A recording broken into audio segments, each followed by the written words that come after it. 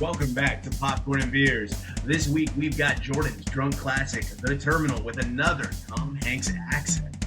And of course, our butter on top Toy Story 5. Let's go.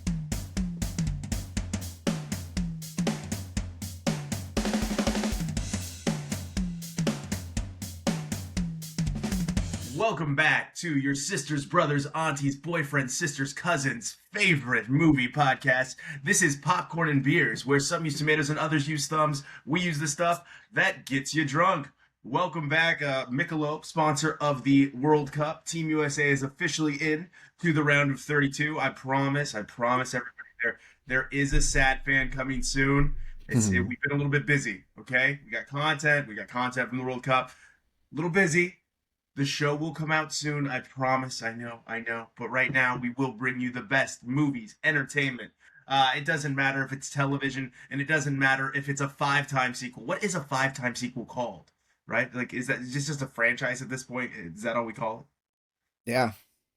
It's a franchise. It's a successful franchise, a wildly successful franchise. Powerhouse. Yeah. Toy Story 5 here. Right? I went and saw this in the drive-in theater, and I have never seen it so packed.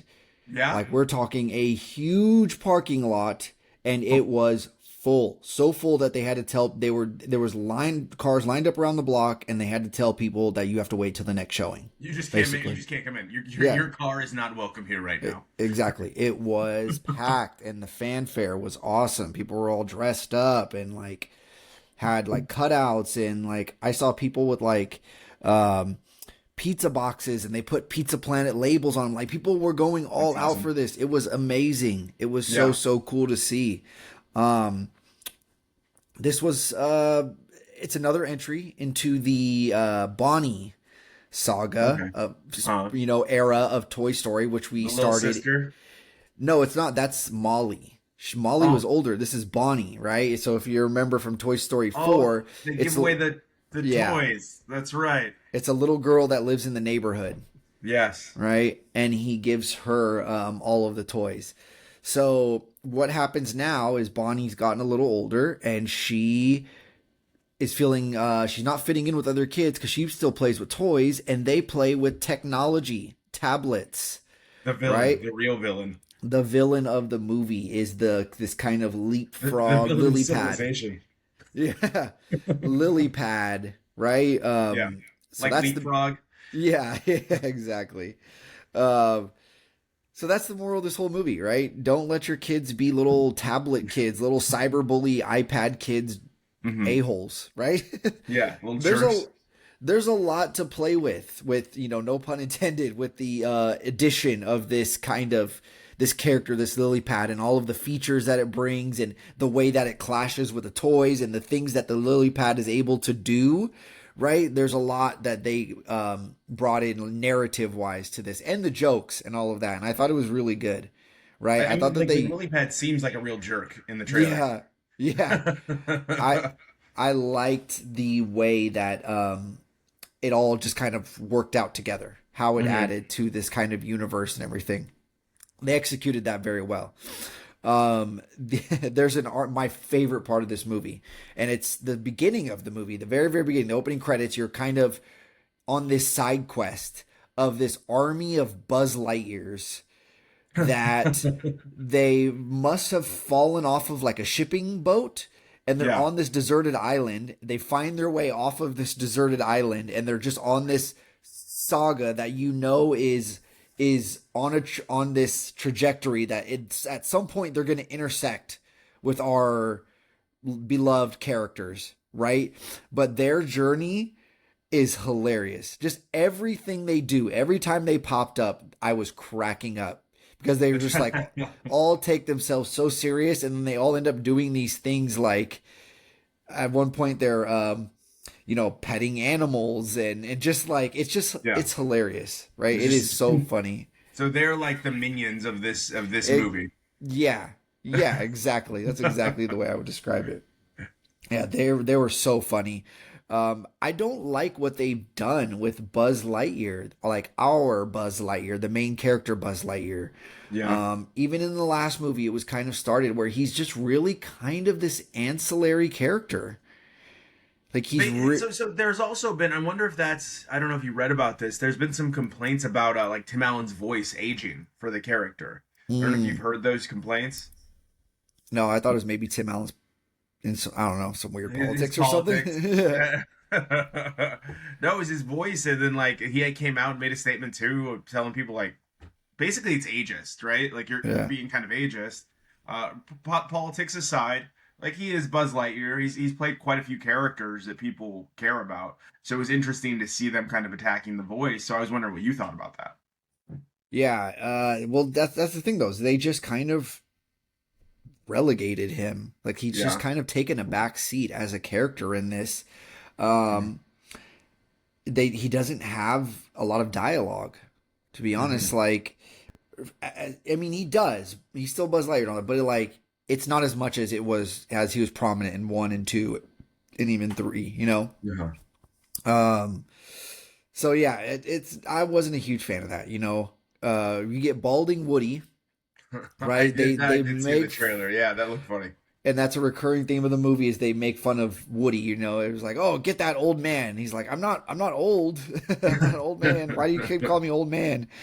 Kind of thing. More human drama is a really big element in this movie, right? It is not so toy focused, and a lot of focus is put on Bonnie, and there's a lot of like human dialogue and all that, which you don't really get in a lot of the other movies. It's just like almost 100% toy Toys. driven, right? Yeah. You get that in the last movie, part 4, quite a bit, but this one is like, it's probably like half the movie, honestly. Is a lot of human element going on between Bonnie and her friends and the parents and all that. You get Jessie. This is very heavy Jessie movie, right? She's Yeah, because kind of the main character. Bonnie's the little girl, right? Like, so she's taking over the Woody role in the series. No, exactly. Yeah, Yeah. that's exactly it. And Jesse comes across what we might call socially a horse girl, right? That's We funny. all know Okay. a horse girl, right? Yeah, yeah. Yeah. So Jesse meets a horse girl who becomes the perfect match. You would think for Jesse, but you know Jesse's loyal to Bonnie and all that, but they end Yeah. up finding a way to bring these two together, right? Because they're both Okay. kind of these oddball girls. So, Well, Jesse has a horse, right? Jesse has Bullseye. Bullseye, yeah. Yeah. And you get introduced to the end of the movie, and there's a credit scene, by the way, so stick around for that. It's pretty funny. You get introduced to a banger of a Taylor Swift song for the soundtrack. That's It's like out. already like #1, I think. It's great. It's a banger. Yeah. Also, sorry, one more thing I kind of forgot to mention, which I did not care for, is it was a bit obviously trying to be very kind of not topical, but just like what's trending. It really tried to jump on what's trending. So that animation style that a lot of movies are going with these days, that kind of like chalkboardy looking animation style, Yeah. it did that a few scenes. Every time they were being played with, it would jump into this different animation style. And I was like, it's not necessary. It seemed like they were trying very hard to kind of give you these elements of like what's gonna, What's popular right now? yeah. So, but overall, I mean, I had a lot of fun watching this. I was laughing throughout it. It was really cute. I think I'm gonna give it a popcorn in 2. Okay, I think most Toy Stories are popcorn and twos. I think they do a really good job with the story. I think they take very good care of it. They're very careful with this storyline. That's probably why the franchise has been so successful. Is they're very selective in how they're going to put a new film into theaters. So, is this the last one? They didn't tie any kind of ribbons on any storylines or anything, so I would say probably not. Okay. Do we get Bo Peep back? Bo Peep is in it. She appears here and there, not a major character, but she's in it. Yeah, because she's like the underground toy railroad queen, right? Like Yeah. All right. Well, you also had our drunk classic this week. I couldn't get to the theater. I'm exhausted, right? Because I flew out to America on Friday, and I'm trying to still get my wits about me, even 2 days in. But I did get to the terminal with Tom Hanks, Catherine Zeta-Jones, Stanley Tucci playing just a dick, Yeah, uh, right. for no good reason, really, too. Like literally for no reason. Like basically the DT of this film, and like, you have no reason to be mean to this man. He's done nothing. He's doing exactly what you ask, and for some reason you really hate him. Young Zoe Saldana, Diego Luna. Gosh, like people you've seen everywhere as well. There is so many people in this movie. Now, it is a heartwarming, knows what it's doing film. Like, be kind to others, but there are some funny parts, right? Like him trying to learn English. You feel really Mm, bad for him with his country, and he can't get the volume to work because he doesn't really understand English, and he's just trying to do one thing, right? He's trying to do one thing for his father. It my gosh, the floor with Gupta, the wet floor. Why do you do this? This is the only entertainment I get all day. They don't read the signs. I put up the signs everywhere. yeah, They never read the signs. Lots of jerk characters. Catherine Zeta-Jones, though she's kind, ends up being kind of like a jerk. vapid. Yeah. Yeah, like and then just falls right back into it. Almost the stereotype of a flight attendant. Mm, yeah. Like kind of like what like that stereotype might be. I like And his explanation for it. Like, oh, their their biological clock is all over. It can never get set because of the the zones that they're shifting through, and he's yeah, yeah, like, yeah. they're always turned on. Always. They never get a chance to shut it off. Yeah. And then how about the like shotgun marriage for old Zoe and Diego? Yeah. Like that was kind of crazy. Like right away, like that's what true love is. Okay, all right. The adjusting the seats and hanging out and like the airport's not going to notice him messing with the electronics in the building. Like that was kind of funny, but Yeah. overall, it's a heartwarming story. Like Tom Hanks in the accents is always going to be a thing. I think what you can't get over here though is the lengths that Stanley Tucci's character was going to be a total jerk throughout the like creating a new position so he can't get quarters to eat. So he Yeah. would commit like so he would commit immigration like crimes, you know? I was just like that's a lot of work to be a jerk. Like you just opened up a new position with paid benefits so one man can't get quarters to eat a hamburger. Yeah, no. That was brilliant. I loved it. And they're all watching and they're like, he's figured out the quarters. With it, I loved it. I hadn't seen it since it came out, to be fair. So I was young when it came out. Yeah. I'm gonna give it a popcorn and two. It's total Tom Hanks. It's total candy. It's cotton candy, right? Mm. Feel good, feel good, feel good. The jazz aspect with his family and his father is very cute. They do a good job of not overwhelming the story with a love story. Yeah. That's the good thing about Catherine Zeta-Jones's character. It's like, okay, cool. We're not introducing a love story into this. We're going to have it be very ancillary to our story. And we want to make sure that the story stays Victor. Victor is the story. All right? It is a rivalry between Victor and Tucci. Like that's what we want here. That is the movie. That and then how everybody comes to this person's side simply because they are kind. So I'm gonna give The Terminal a popcorn and two. Nice. Yeah, you've nailed a lot of the good main points, right? It's all feel good. Victor, what's his last name? I just Wembenyama. watched it. Yeah, yeah, right. Um, he is Like unacceptable. Kahursky or something like Kasurski. Nagurski or no Nagurski, Nagurski. yeah. Yeah, yeah, yeah. He is trying to fly to America and finds that his country has been annexed, and he is Yeah. stuck in this what they call political limbo. Yeah. Right? He is Because he has no unacceptable. country recognized by the United States. Yeah, so his documentation is void, kind of. It's illegitimate. He cannot enter the United States, but he cannot return home. So he Yeah. has to stay in the airport terminal, and hijinks ensue. Right? His country of Krakoja, Which right? reminds me of Brooklyn Nine-Nine's I can't remember his name. Oh no, like the guy that always plays different characters. What's that actor's name? Like he just always does like how different. Oh, goodness gracious! I'll have to look it up. But Krakova. That's where he's up. Krakova. That's all I can think of is that character from Brooklyn Nine-Nine. Yes, you know it. It's from Cracovia. Yeah. The bag of chips analogy. Armisen. Oh, Fred Armisen. Fred Armisen. Yes, Yeah, yes. yeah. Sorry, it just came to me right as I was thinking about it.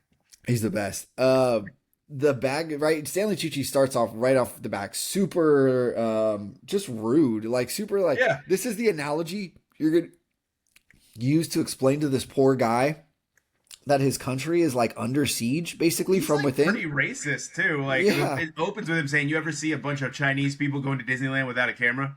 Yeah. It's like, Jesus Christ. The bag of chips analogy, though, right? Yeah. He just smashes the bag of chips all over the guy. Yeah. He's like, "This is your country." It's like, wow. He's pulling chips off of his shoulder and stuff. Yeah. I thought Tom Hanks does a pretty good job just being. I mean, maybe it's not that hard of a thing for him to just have that, because it's just kind of his face, right? He's just kind of got that like clueless, kind of old guy, plucky look on his face all the time. You know, Plucky's a good word for it. Plucky is a good word for Tom Hanks's face. Yeah. Unassuming. But I just think he sells it very well. You just kind of feel very sorry and endeared with him, you know? The people in this movie are assholes, right? Stanley Tucci, and just the whole, the politics of it, and like the way that they talk about people and all of that in this, right?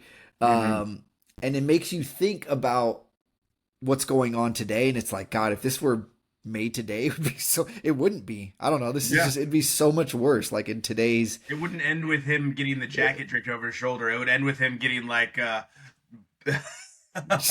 put in a chokehold or something crazy, you know, taking the Gator Alley or whatever they call that stupid thing they built. Yeah. Stanley Tucci, right? And again, he's the jerk. He's the villain in this whole movie, but he's also the heavy-handed exposition guy. Yeah. Right? Throughout this. Anytime they need something explained, like why they go to Stanley Tucci, right? To just like do his little fast talking thing where he's like, "Did you just read the blue form? Because you know that if you say that it's for animals, you can get in with this medic." Like, okay, yes. Very obvious explanation of what's going on here. Yeah, right. But Tucci delivers those scenes so well. Like, I think it's like, hey, let's give some space to let Tucci be Tucci. Yeah. I think the supporting his buddies that he meets, right? Diego Luna and Gupta and the other guy.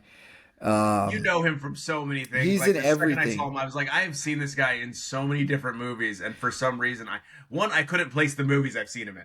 That's like for right away. I was like, I know I've seen him in so many movies. From some movie where he's got like the rubber duck, and he's like, God, what is it? I don't know, but yeah, he's in quite a bit though. He's in everything.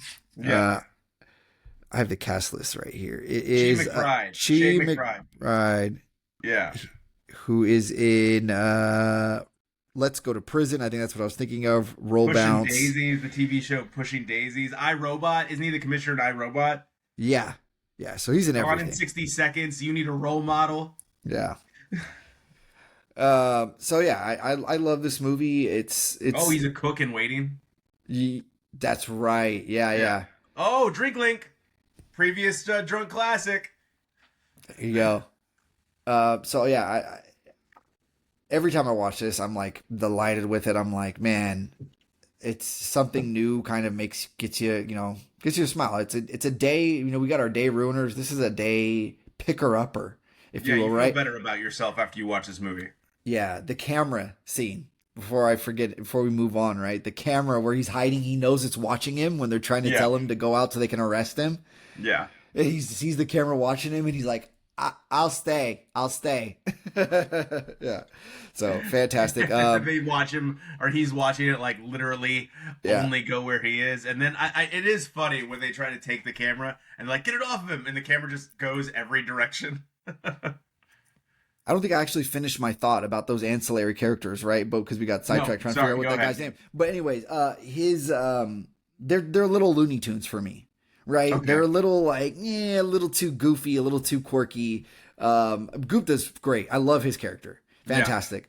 I mean, but then again, he gets like when they're trying to do the date and he's like spinning plates and stuff. It's like, all right, come on. But yeah, I love this movie. I give it a popcorn and two. Popcorn into for early drunk classic favorite. It's only June, so we got 6 months left, and who knows what Josh is gonna bring when he gets off his vacation. But let's get to what we were watching. I watched a very popular series on Apple TV called Widow's Bay, and of course, what do you want if you're a random island off the coast of off the East Coast? You want to be Martha's Vineyard, right? And that is all Mayor Tom Loftus wants to be. I was going to say Trader Joe's. Trader Joe. Definitely not Roanoke. You don't want to be Roanoke. Yeah. But do you teach that in your American history class as I get sidetracked? It is actually it is the very first thing that I start the year with to get their kind of pique their interest. Yeah. Okay. Yeah. It's your hook? It's my hook because then I lead them as we go throughout history. I connect back to crazy conspiracy theories that people believe now that are just crap, right? Yeah. I keep it relevant to now and why the world is so upside down. But anyways. Keep them engaged. Yeah. Well, this one, I mean, it really leans into, is there anything creepier than like colonial times United States? I mean, I'm sure there is, but like that's a good creepy like time to draw on. And this show gives you that. Even diving into an episode that really is specifically around, hey, this is what created this lore around our island. Is this creepy colonial times. Something happened to keep this island alive because obviously there's not a lot of wild game on this island. What did our ancestors do? They killed all the wild game because they didn't know how to understand moderation or anything like that. So there's a lot of that. And then, of course, we have to do something that creates future problems. All right. So there's a history that follows Widow's Bay, and it's creating some issues now. The history has sprung back up. In fact, one of the things in this history is the sea hag, and it's one of the creepiest stories. The sea hag is a monster that sailors fear, and once you've been touched or scratched, once she has a piece of your skin, she follows you everywhere. And Jordan, do you want to know how the sea hag kills you? She sits on your face. Nice. Yeah. What a way to go. so that's how she kills you. I'll leave it there. It is not fun for the person that's getting their face sat on. That's all I'll say. But you get introduced to all these wild characters, and it's very well shot, and it's witty. It's very funny. It's very smart. Okay, so this is not a show I'm going to accuse of AI writing. Because there is some it's creative. It's too creative. It's too interesting. Like this came from the mind of a madman or a madwoman. Episode 9, man, like one of the most annoying scenes ever, the genealogy of the island. And I'm just like, oh man, this actress is doing such a great job because I want to fast forward this. I hate this. Like if the director and the actress wanted to annoy their audience, successful, because this is some of the most annoying shit I've ever sat through.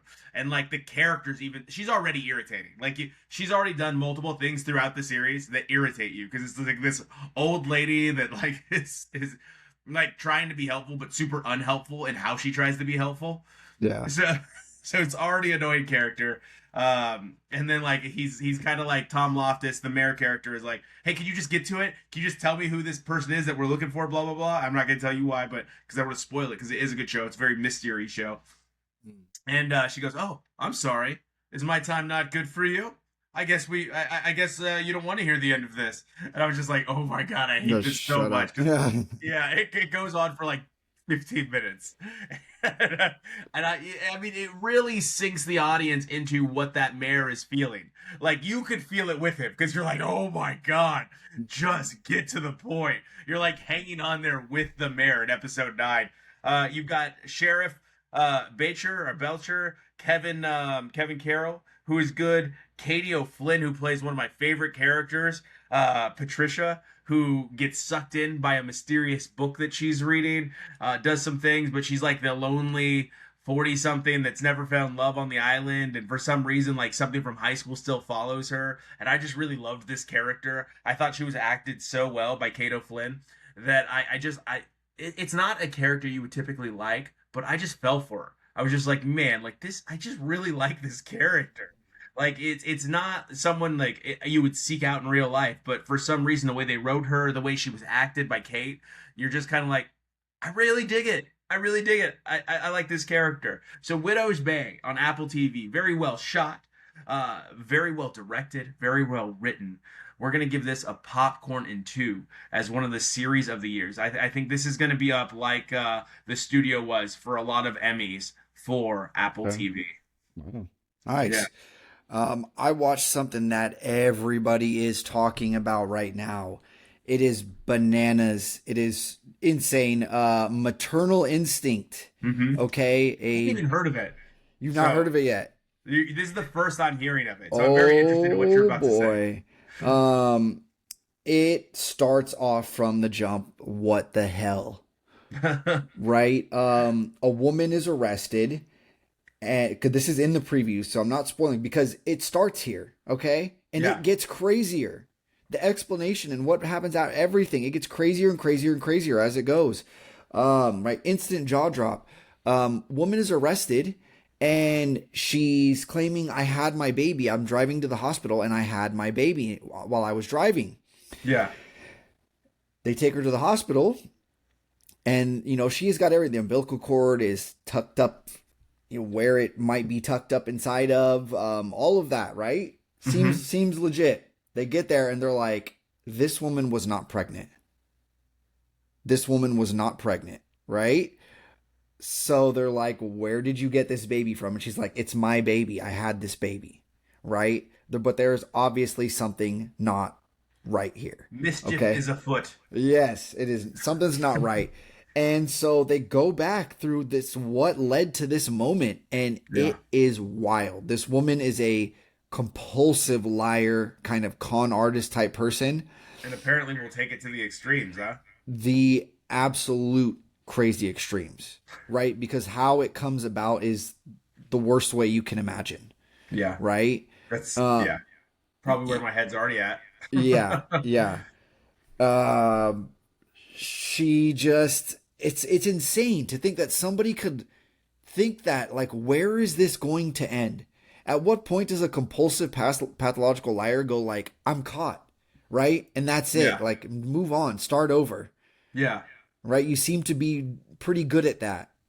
Okay, because she's done it already a couple of times, but she's so, not only is she but she's stupid. Like, she's not a psychopath enough to be Not a like smart liar. Yeah, she's not smart. She's just really, really stupid. Lies about things that obviously are gonna, at some point, you just gotta fess up, right?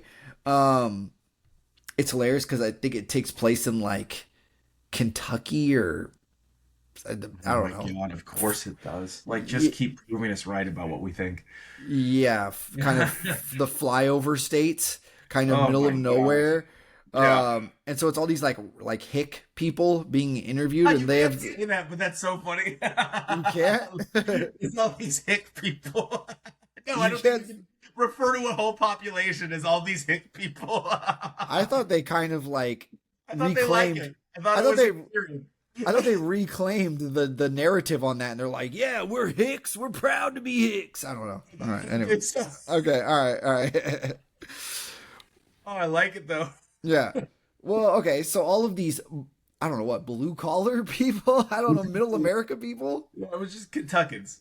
Yeah. Well, I don't know if it's actually them, but I'm just like kind of generalizing that. People that would remind you of somebody from Kentucky. Yeah. People that might live in the hills in West Virginia. Yeah. People that might be married to their cousin. I'm just kidding. You can't say that either. What? Look like they've suffered through a Bama summer. Yeah. But their names are hilarious, right? Because they have just very How many of them have Lynn at the end of their name? probably at least a couple, right?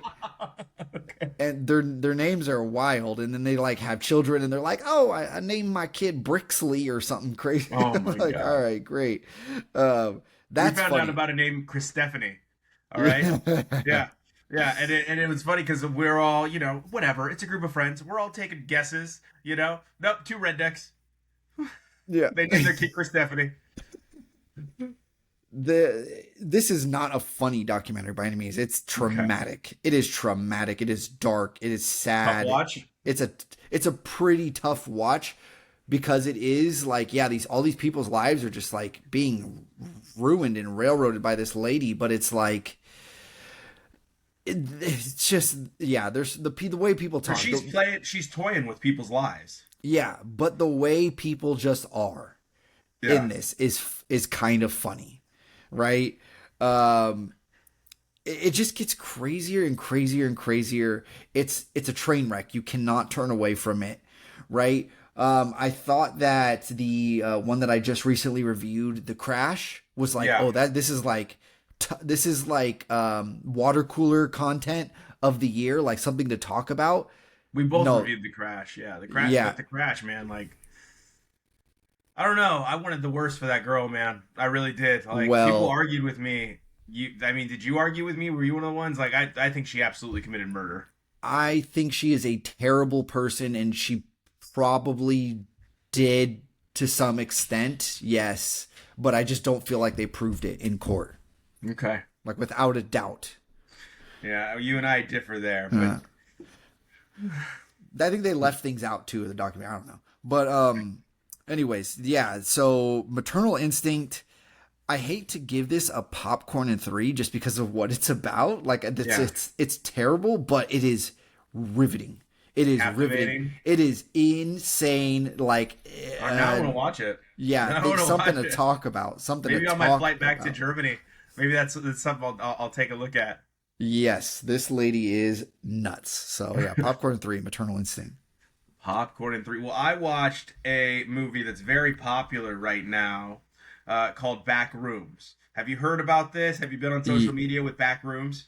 I've heard about it a lot. My students used to tell me, "Are you going to see Back Rooms? Are you going to see Back Rooms?" And I'm like, "Is this like no? What do you guys? Why are you guys all obsessed with this?" And they're like, "Oh, it's a 4chan chat room message board story thing. I don't know. It's like Slender Man, right?"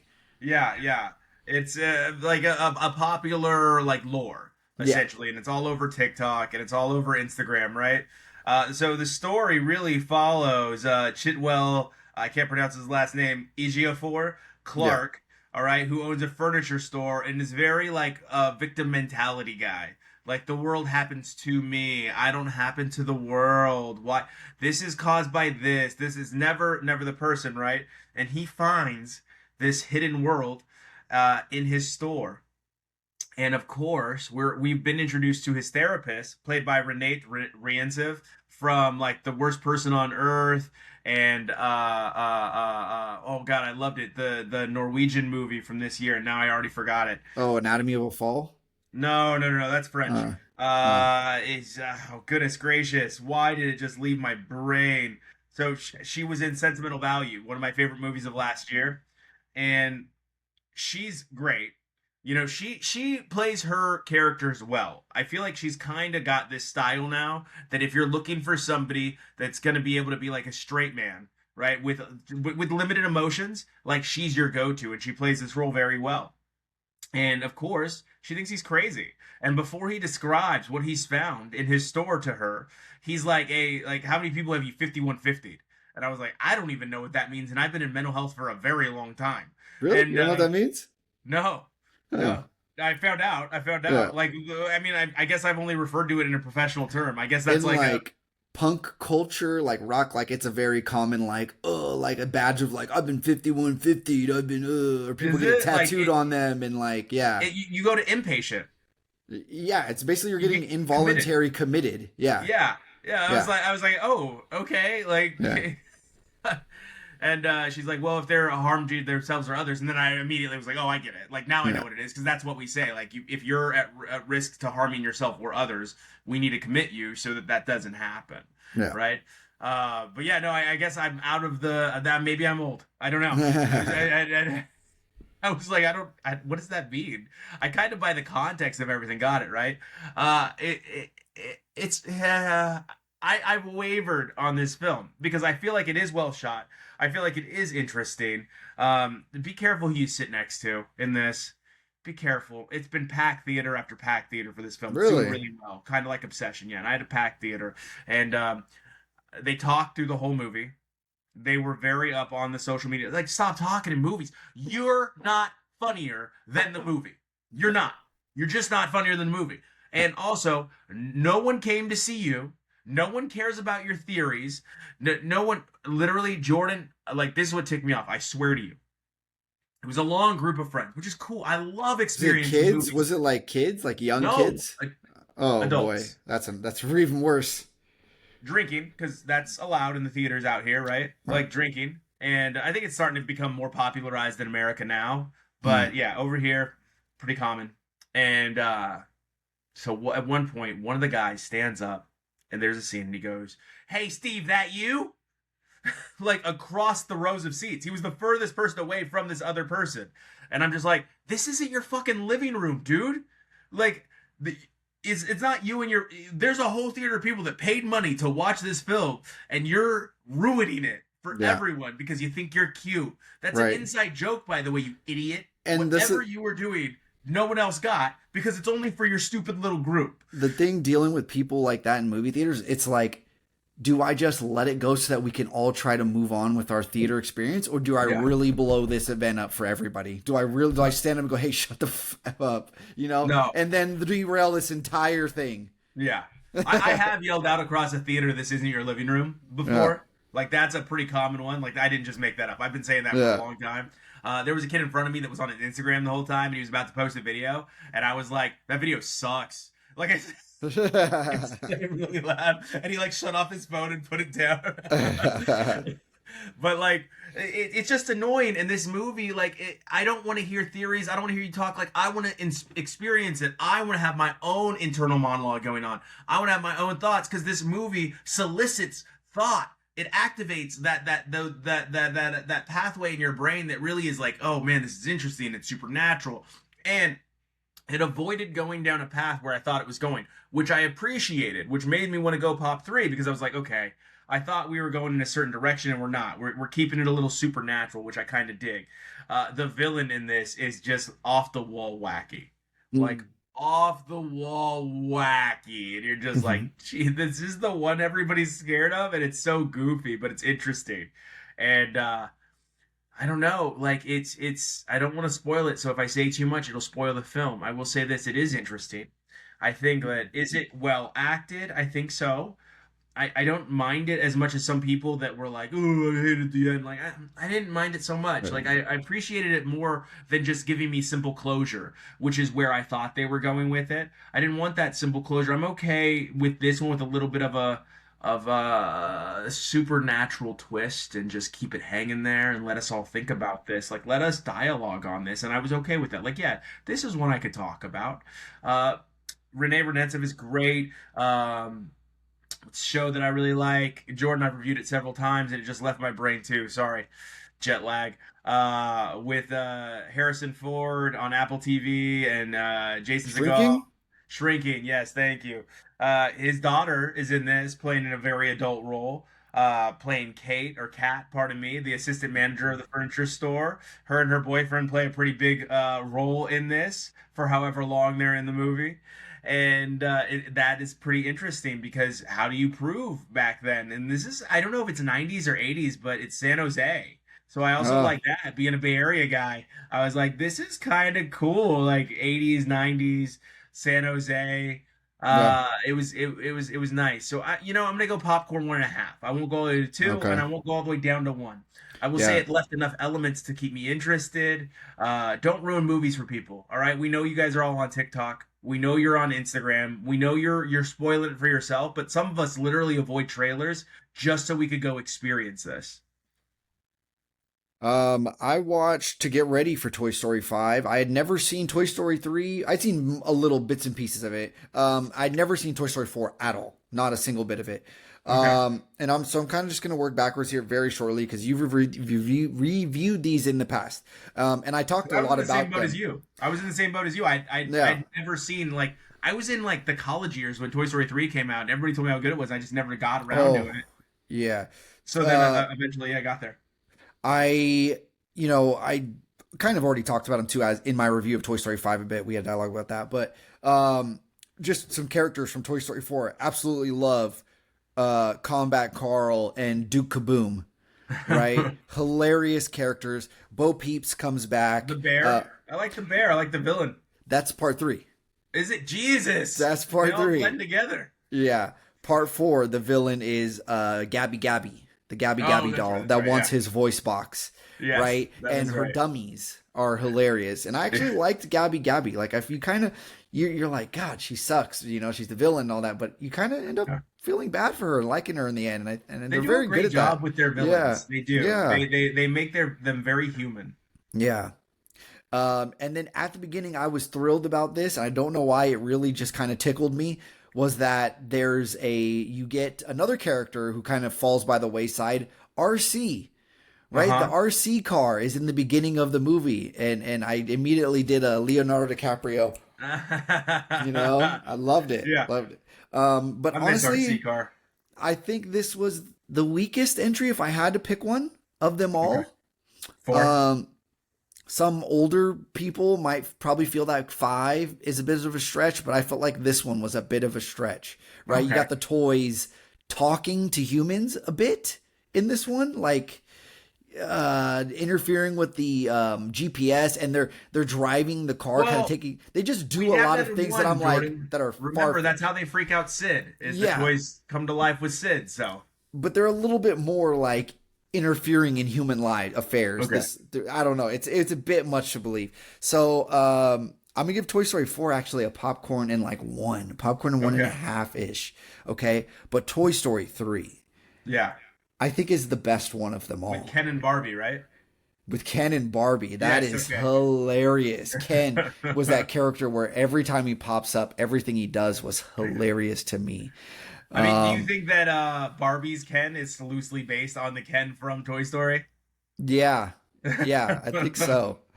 Vapid. This is this one rips your heart out. This is a heart-wrenching Toy Story, Yeah. right? Drawing on the nostalgia and just everything. Seeing all your favorites in the trash, Yeah. right? In the garbage was just like heartbreaking, right? The dog, Buster, getting old and gray and immobile, kind of. It's just heartbreaking, right? Yeah. Um, it's just fantastic, right? The drama, the backstory of the villain, Lotso, the strawberry scented bear, the big That's baby, his muscle, right, in the movie. It's hilarious and it's creepy, right? All of it. It's kind of a very adult themed. A lot of the jokes and stuff. I think that was the thing about it, right? Was a lot of people were saying it was really made for the audience that is now an adult Yeah. audience. Whereas I think 4 and 5 they kind of shifted away from that now, and it's a bit more targeted. Hmm.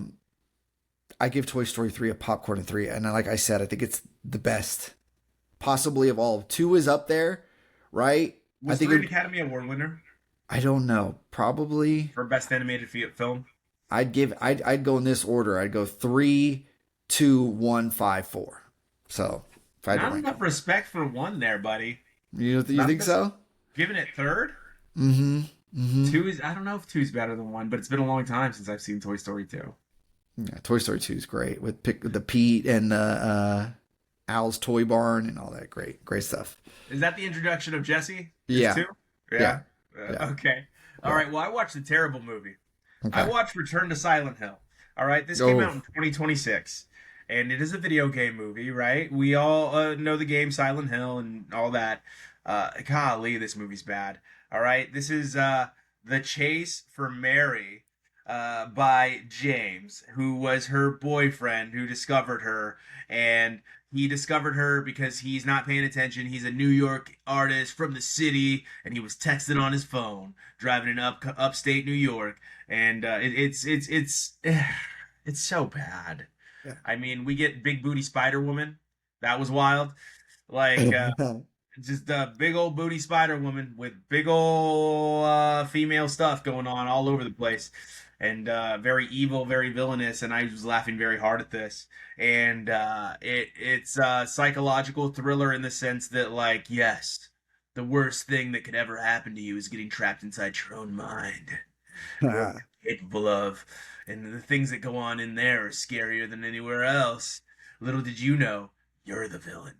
Like, it's that. I'm just sitting here like, this is so bad. Like, the dialogue was terrible. There's an ancillary character that makes it a little interesting for a little while, and then they immediately pull that interest away. like immediately. It pulls you out repeatedly, and it's a scary video game, and the movie's just not scary. Like you're never scared. You're just more like, "Ugh, really, this is silly." Like, and then they kind of do like a cult lore, like, oh, we're a cult too. But then like, if it's a cult, why is this all in his head? Yeah. Like, did he make up the cult too? Like he created a cult in this story. So it's a lot, and is it mental illness or did it actually happen? Ooh, and then it's not just not interesting enough for you to have that theme, Yeah. right? It's if you were interesting, I might be in. You're not interesting. You didn't paint a picture for me to be interested in. I'm not interested in this dialogue. I'm not interested in this storyline. Yeah. So thus, it's a bad movie. It's a bad theme. So for Return to Silent Hill, I'm gonna go ahead and give this just a popcorn. Not a good film.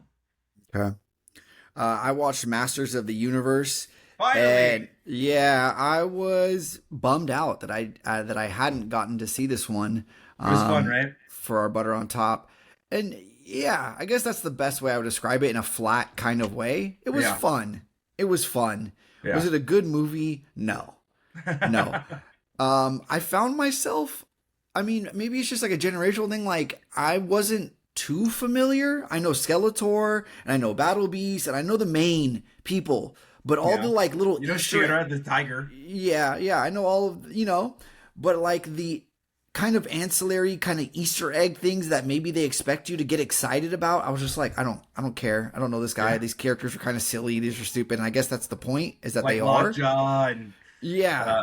and Yeah. And the guy, all the the sexual innuendos. yeah, the main character Ram Man. was, yeah, the fister guy. Yeah, yeah. The actor I didn't like. The main character, he's annoying. He's He just bothered you? he They're trying is to introduce like different aspects of his personality. You weren't down for that? no, he was just really really annoying. And I just didn't like the direction. It felt very kind of, was that movie Shazam? Yeah. The With Zachary Levi yeah. guy Yeah. it felt, it was The corny. superhero movie, Shazam. Yeah. Yeah, it was corny. It was corny. And honestly, like I kept slipping towards just like looking at stuff on my phone while I was watching it, and then I'd go back and be like, "All right, I haven't missed anything." Like Yeah. it's not, it's very surface level. They try to give you some lore and different things, but it's like it doesn't really matter. It doesn't. The It action doesn't. was, It's just a fun movie. Like you're not yeah, wrong. Like, it really doesn't matter. Like you don't even get the YouTube video reference that was made. yeah. So like, did you have fun? Is really what they're asking you. Did you have fun while you watch this movie? I guess the action was cool. Like it was satisfying when they kind of do like a lot of slow motion, the punches and all that. The fighting Yeah. felt very satisfying. You could feel the kind of oomph in some of those moments was cool. Mm-hmm. But the characters are just I couldn't do it with the characters. They annoyed me. A little too What do you think goofy. of Alison Brie and Jared Leto? Were they Alison Brie? That was Alison Brie? Yeah, the witch is Alison Brie and Jared Leto is Oh, okay, yeah. And I'm thinking she was Shira or no. the Shira's the tiger or oh, is Shira. it The uh. Tila, So you're right? thinking of what's her face the Latina girl. Yeah, Oh, now you're gonna make me pull up the cast. Tila or something. They said her name was her. So Alison Brie is Evil Lynn, the sorceress, and Yeah. then Jared Leto is Skeletor. Okay. Yeah. You didn't know that was Jared Leto? No, I didn't. No. Which, how would you? I don't know. He's got a skeleton face and the voice is like whatever. I mean, I thought I liked the hype. I kept thinking like, I want high pitched Skeletor, Yeah. He-Man, from like the animated series. Yeah. So it's an IP where it's like it's got to be self-aware that this is goofy, right? Yeah. It's all pretty goofy. So I guess And I think they did that. I think they did owned that. They did that. Yeah. So that's fair. But I'm gonna give it a popcorn and one. I guess slip it into a popcorn and one. I think a popcorn, honestly. Popcorn and one for that. Well, I watched Moneyball, which is funny because people that know me, that know it, they know I'm an A's fan. This They is know. this is a classic killer a little bit. You think? I think so. Yeah, I think you're right. I think you're Yeah. right because it's a popcorn 3 movie. Yeah. Brad Pitt, Jonah Hill, Philip Seymour Hoffman, just a huge cast in this. I think Jonah Hill, was he nominated or did he actually win the Oscar for this one? I can't remember, but I think he may have just been nominated. Maybe Brad Pitt won the Oscar for this one, but it's the story of Billy Bean and him working as a general manager with a high school diploma and really digging into what they did to the analytics of baseball and how they just don't have the money to do it. Like their owner sucks, and they did a good job of portraying that in this. But it is a very nice story that's very intensive and very much around like, hey, we can game the system by just putting people in position to succeed is really the theme here. Like, don't worry about what we want them to be great at. Are they great at the one thing we need them to be great at? Mm. That's really where the focus is here. And they just look for people that were really good situationally. Like, who's really good situationally? Who's able to do exactly what we need them to do, exactly when we need them to do it? And of course, this A's team never wins the World Series, but the acting in this is great. As you heard, like multiple nominations. The story's very good. It's very interesting. Brad Pitt does a great job of showing you kind of the regret of not going to college that Billy Bean faced, like the internal turmoil of like family versus career. Yeah. And you could see why he was nominated. Jonah Hill does a great job of just like being a nervous like assistant that's really, really smart and knows he's really, really smart. And in the movie, Brad Pitt goes, look, man, here's what's going to happen if this fails. I'm going to be a failed general manager with a high school diploma that played baseball. Mm. You are going to be somebody that was a 1-year assistant manager that went to Yale and has a degree in economics. I think you're going to be fine. Like, and they take it that way. And then you see like the gut versus the math. And I think in real life, in sports in 2026, there's a healthy medium. Like we got to find a health, because gut does matter. Feel for the game does matter, but so does the science of the game. Like that's very important too. And I think there's some middle ground somewhere where you can have a feel for the game and the science that this movie doesn't quite explore. But it is a pop 3 movie in Moneyball. And if you just want an interesting trip and a good sports movie that doesn't have to be too centered around the actual field action, on-field action, this would be the movie for you. Okay. I watched well, you reviewed it last week, Over Your Dead Body. I had said that I was about halfway through it, so I finished it. And I liked this movie a lot. I thought this was really fun. I didn't think I was going to like this movie. It looked a little too much for me, a little too corny, a little too... The acting, right? I couldn't... With Jason Segel, like I said, his face throughout this movie is just annoying. So about your face. I just want to punch you in the face. Yeah, Samara Weaving, the voice, right? I like Samara Weaving. I've said it when I reviewed Ready or Not 2, like the scream, which is what she's kind of like known for, like it's kind of her big thing. Yeah. To do that wail that she does, and I don't like it. It's really annoying. It takes me out. Screaming. Yeah, it takes me out of it. I don't have too much to add here other than, I realized that it's directed by one of the Lonely Island guys. Yeah. Which is great. Yeah, I really I'm a big fan of them. He's like a big writer, director, producer guy now. Yeah, they're hilarious. Love them. And this movie, something that kind of element of it you forgot to mention, I think, was that it's a timeline jumper. Right, it's one of those movies where it jumps all over the place, like 2 weeks before this, 24 hours before this, showing you what's leading up to where we're at. Yeah, it's very much like, what would you say? That's like a Guy Ritchie kind of thing. Yeah, that's true. That is true. Yeah. That's good. It's good call out. Yeah, and they do an okay job, right? It gets a little off the rails. Like it's very off the rails, but it's okay. It's funny. It's acceptable. Yeah. It's acceptable. I've been very off the. I suppose like the last 30 minutes, maybe, but like it's kind of it stays true to where it's at leading up to like the big grand finale. Yeah, the ending is ridiculous. The movie that they make is just like, come on, man. Yeah, Camille, man, good for him, man. He looks good. Nanjiani looks good, man. And you mentioned that he's in it, and I was like, where does he come into this movie? Where does he fit into this movie? Yeah, it's funny. I've been recommending this to a lot of people. Yeah, that like, if this is your type of thing, like this is a good, fun, easy watch. I'm gonna give it a popcorn and 1. I mean, we did have the marriage is a marathon conversation. Maybe was it last week or something? This Mm, movie kind of goes into it as well. Like, I don't know, it was a week before last, maybe, but this movie does the same thing where it's just like, dude, this is a marathon. Like, you're gonna be sometimes in situations where you don't like the person you're with, and yeah. if you can't work through it, you're doomed. It's a disaster because like you got to work through those tough spots, you know. Mm. Uh, so working through those tough spots, I reviewed all three Hobbit films. Hobbit, and I was on a long flight, man. Hobbit: An Unexpected Journey, Hobbit: Destillation of Smog, Hobbit: Battle of Five Armies, and you know, they're long. They They're are. long. I will say, what is this? 2014 through 2016, I want to say maybe is when these films came out. Uh, it's a lot. It's a lot. But it was a long flight, and the CGI does kind of hold up. I don't know. It's very beautiful, but all the Lord of the Rings films are very beautiful. Like even the TV show on Amazon's very pretty. Like if you're gonna create these worlds, you got to do it. But like this is what leads to the Lord of the Rings. This is a little prequel for you, and we get some elf action.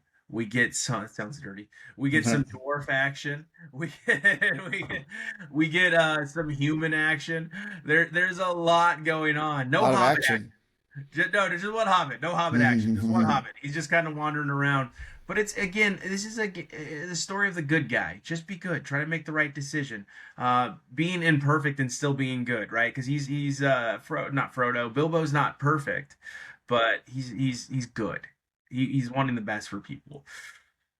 The pale orc is kind of a cool character. I kind of dig that character. The dragon Smog was really good. Like the character's really good. The dialogue from the character is very good. The way the dialogue was delivered from the character is fantastic. The back and forth between Smog and Bilbo is just like it was in the cartoon I watched when I was growing up. Um, uh, the absolute power corrupts absolutely themes here are very interesting. So much gold that you're kind of like, yeah, at some point it stops being a value because you can't part with it. Like you're stuck to it. This is becomes your identity, right? And that's the theme throughout all three movies. And it leads to that crescendo in the Battle of the Five Armies. I just think the battle could have been better. I know that's weird, but I know it's very expensive to do a scene like that. But after all we've been through, also like the tree stuff, like what happened to the tree people from Lord of the Rings? Why were none of these trees tree people? Is that just a Yeah. special section of the forest? Like some trees are not tree people. Gandalf is great, of course.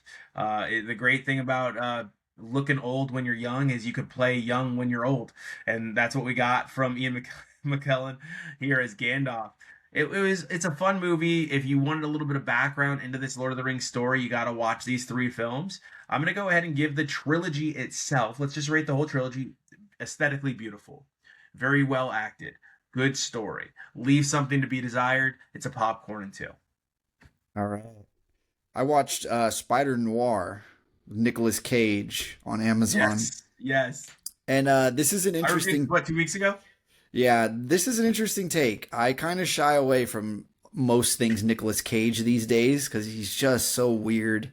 Yeah. He's so weird. He's kind of off-putting. I don't know what it is, right? I've gone down black holes of like weird encounters that other famous people have had with Nicolas Cage. Yeah, like Las For Vegas, he fought like a guitarist, I think, and Yeah, yeah, you read Seth Rogen's book, and there's was so funny, one of those hilarious stories about his interaction with Nicolas Cage. It's an interesting take. It felt a little too long. It felt like it could have been maybe an episode or two shorter. They kind of okay, just keep running in the same circle a few times. uh-huh, Nicolas Cage is a weirdo in this. You could tell he's very Nicolas Cagey. They yeah, let him do a lot of antics, and he odd, got a lot of ad libbing. Kind of, he yeah. was doing a bit. The other supernatural people are bad, very bad. They look ridiculous. It was very kind of Gotham, But they're kind of, 50s, yeah, it's the 50s, right? So yeah. Like the sand guy, like he's just got some specks of dirt kind of glued on his face, and he doesn't really do I think much he's with his Sandman, powers. not Sand Guy. Sand guy, yeah. The The Sandler. Um, Sandler, the sand, the Sander. yeah. But overall, I liked the story, and I liked the Silvermane guy Yeah, was excellent. The I thought opening. they did a good job though of showing like, hey, this guy is powerless, yet he wields power over the powered. Yeah, yeah. You get a banger of an opening song. That credit song was great, Yeah. fantastic. I didn't watch any of it in black and white. I can't do black and white. So yeah, I give Spider Noir a popcorn and probably a popcorn and one. Popcorn one, I liked it. I don't know why. I think I leaned into the oddity. I think that as long as it's self-aware, which I feel like Spider Noir was self-aware, I'm okay with it. Now, if you're trying to deceive the audience with this, I don't think I'm as okay with it. But what was next for you? Another train wreck? Yeah, the last thing I watched here was Thrash. Okay, the Huh. Netflix shark movie, AI shark movie. It is lazy. So much lazy foreshadowing, Yeah, right? Just yeah. let's just have a truck full of meat blood, right? Going down the street at this perfect moment. Runs right into a tree. Yeah. She could have just gone around it. And oh, I'm not going to have this baby anywhere but in a hospital. And it's like, okay, she's going to have the baby in the water, yeah, There's in the so much water with the baby. Yeah. silliness in this movie. It's What happened? ridiculous. You were watching what happened. You were looking right at him. You Yeah. can't figure it out. You get like it's obvious, like the whole set design, the way it's set up for this one particular scene. It's like, this is so clearly like a sound stage. Yeah, yeah. Um, when she's trying to climb from her balcony down to rescue the pregnant lady from the car, and it's like that show, that game show that they had, The Floor is Lava, which I The floor loved is lava, yeah. on Netflix, where she's trying. Yeah, it's obviously, except the floor is not lava; it's shark infested And a blood water. cavalcade of terrible decisions. Yeah, yeah. I found it hilarious, the one scene where the kids, the adopted kids. What are they? What would you call that? Not orphans, but they're God, Fostered. foster kids. Sorry, yeah. I thought you were going to call him Hicks. No, I mean, I think they're like Florida Hicks, but anyways. Yeah. F Mr. Olson, right? The guy, the Yeah. dad, the foster dad. And they're like, yeah, F that guy. And then he pops up from the water hours later. Yeah. And he's like pretty dry. He doesn't even look like wet. How can he hold his breath that long? Right? And he's been bleeding. He had like half of his body ate Yeah. off, right? And he's just like alive, and he's like very alert. He's very Yeah, with very it, you know? aware of the situation. Yeah, yeah. And his whole speech is like, "Oh, you get in that water, kid. Sharks don't eat kids. It's like hot dogs. It's like, what do you say? It's like dogs don't eat their own crap." Yeah, yeah. It's just, the writing, it's all just ridiculous. Yes. This was stupid, but I sat through it like pretty easily, you know. I had a lot of regret. Like the first 15 minutes into this, I was like, "Oh God, this is gonna be awful." I see It's gonna be a why. bad movie. That's me I see too, why man. this was like poorly reviewed, and this is stupid. But and once it got going, I was like, "All right, fine. It's just a shark movie, and it's Just got enough." Sharknado. Yeah, yeah, yeah, exactly. So popcorn, barely want to give it a popcorn. Popcorn. All right. Well, I'm worried about this drunk classic this week, Jordan, because now we're entering the 90s. All Uh-oh. right, for me, because we did 80s Overboard, and here we go into the 90s. And I had you guys watch Trojan War. You guys weren't fans of Trojan War. And I'm going to throw another movie that's very similar to Trojan War out there, but a little bit better acted. We're going to go Can't Hardly Wait. Can't Hardly Wait for Okay. this week's drunk Is classic. that Joseph Gordon-Levitt? I think so, and Seth Green, and I think Jennifer Love Hewitt's also in this one, I Yeah. believe. So I think Jenna Elfman too is in this. Mhm. So I don't know if you remember Jenna Elfman from Dharma and Greg. Okay. Yeah. So that'll be our drunk classic this week. And what do we have on tap for our Butter on Top? Well, we have one very obvious summer blockbuster movie, Tentpole. but that's not all we got, right? Well, Okay. yes, we've got Supergirl with Millie Yep. Alcock, right? Supergirl, which She is made gonna. news recently, didn't she? Did she? What'd she do? She said some stuff. Uh-oh. Why do you got to say some stuff? Stop! Yeah. Don't stop saying stuff. Just be quiet. Stop Just saying stuff. We know you're Yeah. Australian. We know what you think. yeah. But we also, so I'll be watching both of these, that's for sure. We've got Jackass. Oh, that's Best good. and last. It was supposed to, something happened here. There's something that's, I don't know if it's been revealed to the public, or maybe I just don't know about it yet, because it was billed as like, this is Jackass, we're handing off the reins to these new guys, and this is a new entry. It was Mhm. billed as like Jackass 6 or whatever, but then it pivoted and it's got this kind of change to best and last, whatever that means. So we'll see. All right. Those are the two? Those are the two. All right. We'll see what I can do. We'll see what I can do. I'm definitely going to get to the theater to see Supergirl. Maybe I'll just go to a morning showing while I'm out here in Las Vegas because I think my buddy's going to be working anyway, you Uh-huh. know? So Yeah. maybe I'm just going to try to get to an early showing, so like Uber to a theater near you. And then, not near you. That's a long Uber. That's expensive. But we'll check it out. But now you know what Sweet. we're going to be seeing, everyone. So as always, we will see you at the movies. You get the popcorn, and we got the beer.